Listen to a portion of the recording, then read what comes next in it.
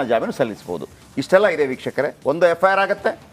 ಇಲ್ಲಿ ಇರೋದು ಏನು ಗೊತ್ತಾ, ಅರೆಸ್ಟ್ ಆಗ್ತಾರಾ, ರಾಜೀನಾಮೆ ಕೊಡ್ತಾರ, ಅದು ಬಿಟ್ಟರೆ ಅವ್ರಿಗೆ ಎಷ್ಟು ವರ್ಷ ಶಿಕ್ಷೆ ಆಗುತ್ತೆ ಯಾರಿಗೂ ಇಂಟ್ರೆಸ್ಟ್ ಇಲ್ಲ, ಯಾರಿಗೂ ಇಂಟ್ರೆಸ್ಟ್ ಇಲ್ಲ. ಆದ್ರೆ ಪಾರ್ವತಿ ಅವ್ರದ್ದು ಫಸ್ಟ್ ಟೈಮ್ FIR ಆಗಿದೆ. ಅದು ಎಲ್ಲರಿಗೂ ಒಂಥರ ಬೇಸರ ಕೂಡ ಆಗಿದೆ. ಯಾಕಂದ್ರೆ ಪಾಪ ಯಾವ್ದ್ರಲ್ಲಿ ಇರಲಿಲ್ಲ, ಇದರಲ್ಲಿ ಸಿಕ್ಕಾಕೊಂಡ್ಬಿಟ್ರು ಅಂತೇಳಿ. ಮೂಡ್ ಆಫ್ ನಲ್ಲಿರುವ CMಗೆ FIR ಫಿಯರ್, ಒಂದಲ್ಲ 2 FIR ದಾಖಲು ಸಾಧ್ಯತೆ. ಇಂದು ಮೈಸೂರು ಲೋಕಾಯುಕ್ತದಲ್ಲಿ FIR ದಾಖಲು ಮಾಡ್ತಾರೆ. ಕೋರ್ಟ್ ಆದೇಶ ಪ್ರತಿ ಸಿಗ್ತಾ ಇದ್ದ ಹಾಗೆ ಲೋಕಾಯುಕ್ತ FIR ಮಾಡುತ್ತೆ. ಇತ್ತ ಕೋರ್ಟ್ ಆದೇಶ ಪ್ರತಿಗಾಗಿ ಕಾಯ್ತಾ ಇರುವ ಸ್ನೇಹಮಯಿ ಕೃಷ್ಣ ಅವರು ಕೂಡ ಒಂದು FIR ದಾಖಲು ಮಾಡ್ತಾರಂತೆ. ಆದೇಶದ ಪ್ರತಿ ಸಿಗ್ತಾ ಇದ್ದ ಹಾಗೆ ಸ್ನೇಹಮಯಿ ಕೃಷ್ಣ ಅವರಿಂದಲೂ ಕೂಡ FIR ದಾಖಲಾಗತ್ತೆ.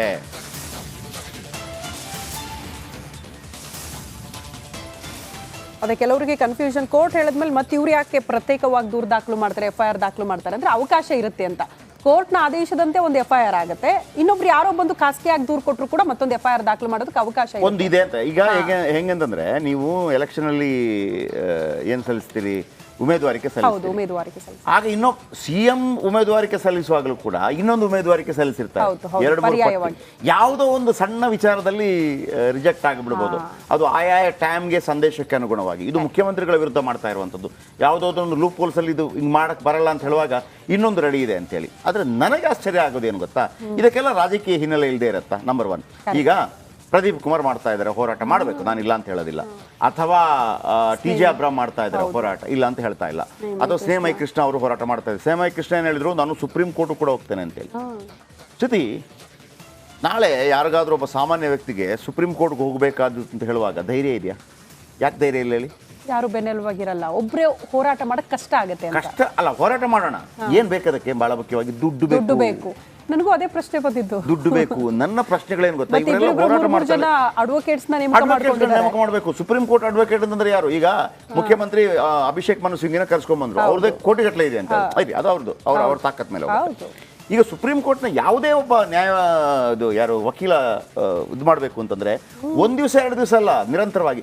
ಅವರಿಗೆ ದುಡ್ಡು ಕೊಡೋರು ಯಾರು? ನನಗೆ ಯಾವತ್ತೂ ಕಾಡ್ತಿರುವಂಥದ್ದು. ಇದರ ಹಿಂದೆ ಬೇರೆ ಯಾವುದೋ ರಾಜಕಾರಣಿಗಳು ಕೆಲಸ ಮಾಡ್ತಾ ಇದ್ದಾರಾ? ಸ್ನೇಹಮಯಿ ಕೃಷ್ಣ ಅವ್ರ ಬಳಿ ಎಷ್ಟು ದುಡ್ಡಿದೆಯಾ? TJ ಅಬ್ರಾಮ್ ಬಳಿ ಎಷ್ಟು ದುಡ್ಡಿದೆಯಾ? ನನ್ನ ಒಂದು ಕುತೂಹಲ ಅಷ್ಟೇ. ಯಾಕಂದ್ರೆ ಅದು ನನ್ನ ಪರ್ಸೆಪ್ಷನ್. ಇದು ಹೆಂಗೆ ನಡೆಯುತ್ತೆ ಅನ್ನೋಂಥದ್ದು ಅದನ್ನು ಜನಗಳಿಗೆ ಬಿಟ್ಟಿದ್ದೀನಿ. ಎನಿಹೌ, ಬನ್ನಿ, ಇದೀಗ ನಮ್ಮ ವಿನೋದ್ ನಮ್ಮೊಂದಿಗೆ ನೇರ ಸಂಪರ್ಕದಲ್ಲಿದ್ದಾರೆ. ವಿನೋದ್, ಹೆಂಗೈತೆ ಮೈಸೂರು?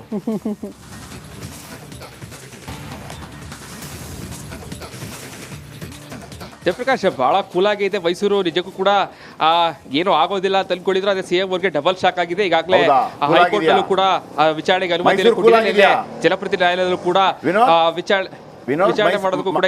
ವಿನೋದ್, ಮೈಸೂರು ಕೂಲ್ ಆಗಿದೆಯಾ? ನನ್ನ ಮೇಲೆ ನಿಜಕ್ಕೂ ಕೂಡ ಬಟ್ ಇವತ್ತು ಹೀಟ್ ಜಾಸ್ತಿ ಅಂತ.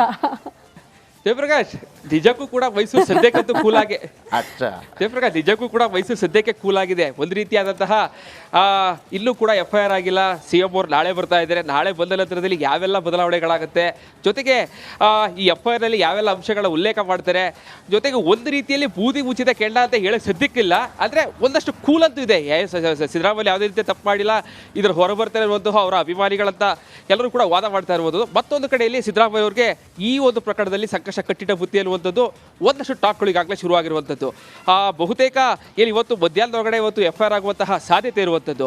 ನಾನೀಗ ನನ್ನ ಜೊತೆಗೆ ಸ್ನೇಹಮಯಿ ಕೃಷ್ಣ ಅವರಿದ್ದಾರೆ, ಅವರು ದೂರುದಾರರು, ಅವರು ಕೂಡ ಮಾತಾಡಿಸ್ತಾ ಹೋಗ್ತೀನಿ.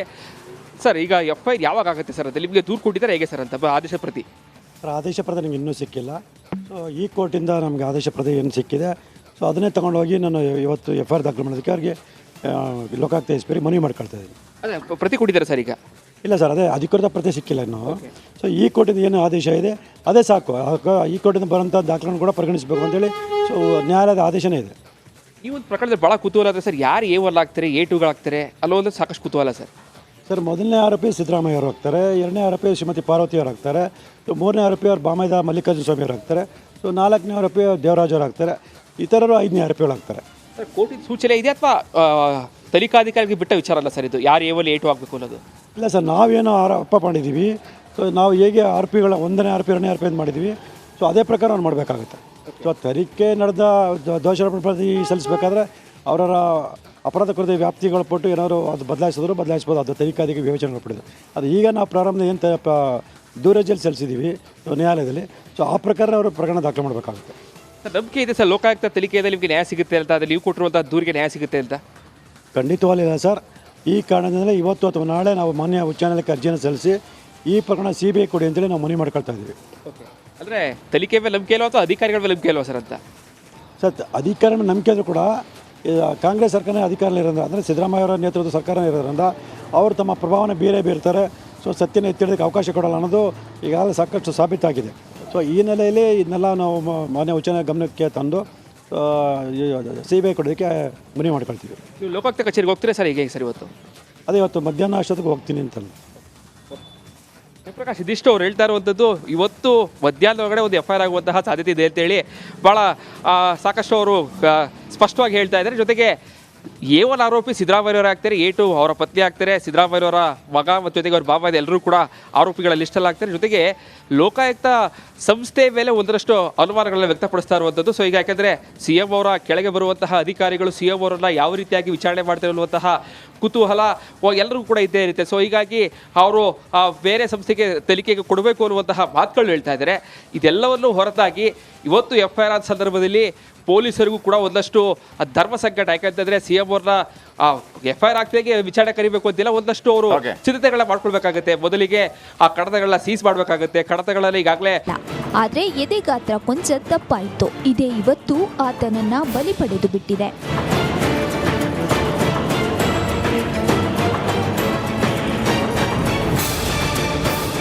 ಆರೋಗ್ಯವಂತನಾಗಿದ್ದ ಮಾಜಿನ್ ಎದೆಯ ಗಾತ್ರ ದೊಡ್ಡದಿರೋದೇ ಆತನಿಗೆ ದೊಡ್ಡ ಸಮಸ್ಯೆಯಾಗಿತ್ತು. ಇದಕ್ಕೊಂದು ಸಂಪೂರ್ಣ ಪರಿಹಾರ ಕಂಡುಕೊಳ್ಳಬೇಕೆಂದು ಮಾಜಿನ್ ಮಂಗಳೂರಿನ ಬೆಂದೂರುವೆಲ್ನಲ್ಲಿರುವ ಫ್ಲೂಂಟ್ ಅಂಡ್ ಕಾಸ್ಮೆಟಿಕ್ ಸರ್ಜರಿ ಕ್ಲಿನಿಕ್ಗೆ ಭೇಟಿ ನೀಡಿದ್ದ. ಈತನನ್ನ ಪರೀಕ್ಷಿಸಿದ ಡಾಕ್ಟರ್ ಸರ್ಜರಿ ಮಾಡಬೇಕು ಅಂತ ಹೇಳಿದ್ರು. ವೈದ್ಯರು ಸೂಚಿಸಿದಂತೆ ತನ್ನ ತಾಯಿ ಮತ್ತು ಮಡದಿಯ ಜೊತೆಗೆ ಈ ಕ್ಲಿನಿಕ್ಗೆ ಬಂದಿದ್ದ. ಆದರೆ ಶವವಾಗಿ ಹೊರಬಂದಿದ್ದಾನೆ.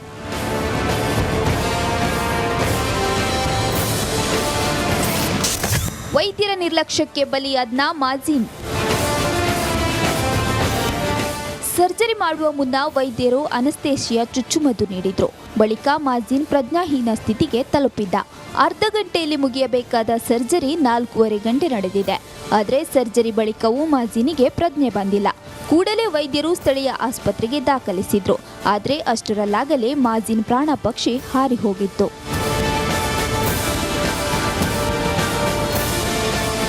ವೈದ್ಯ ಸತೀಶ್ ಚಂದ್ರ ನಿರ್ಲಕ್ಷ್ಯ ಕುರಿತು ಮಾಜಿನ್ ಕುಟುಂಬಸ್ಥರು ಕದ್ರಿ ಠಾಣೆಗೆ ದೂರು ನೀಡಿದ್ದಾರೆ. ದಕ್ಷಿಣ ಕನ್ನಡ ಜಿಲ್ಲಾ ಆರೋಗ್ಯಾಧಿಕಾರಿ ಡಾಕ್ಟರ್ HR ತಿಮ್ಮಯ್ಯ ತಂಡ ಕ್ಲಿನಿಕ್ಗೆ ಭೇಟಿ ನೀಡಿ ಪರಿಶೀಲನೆ ಮಾಡಿದ್ರು.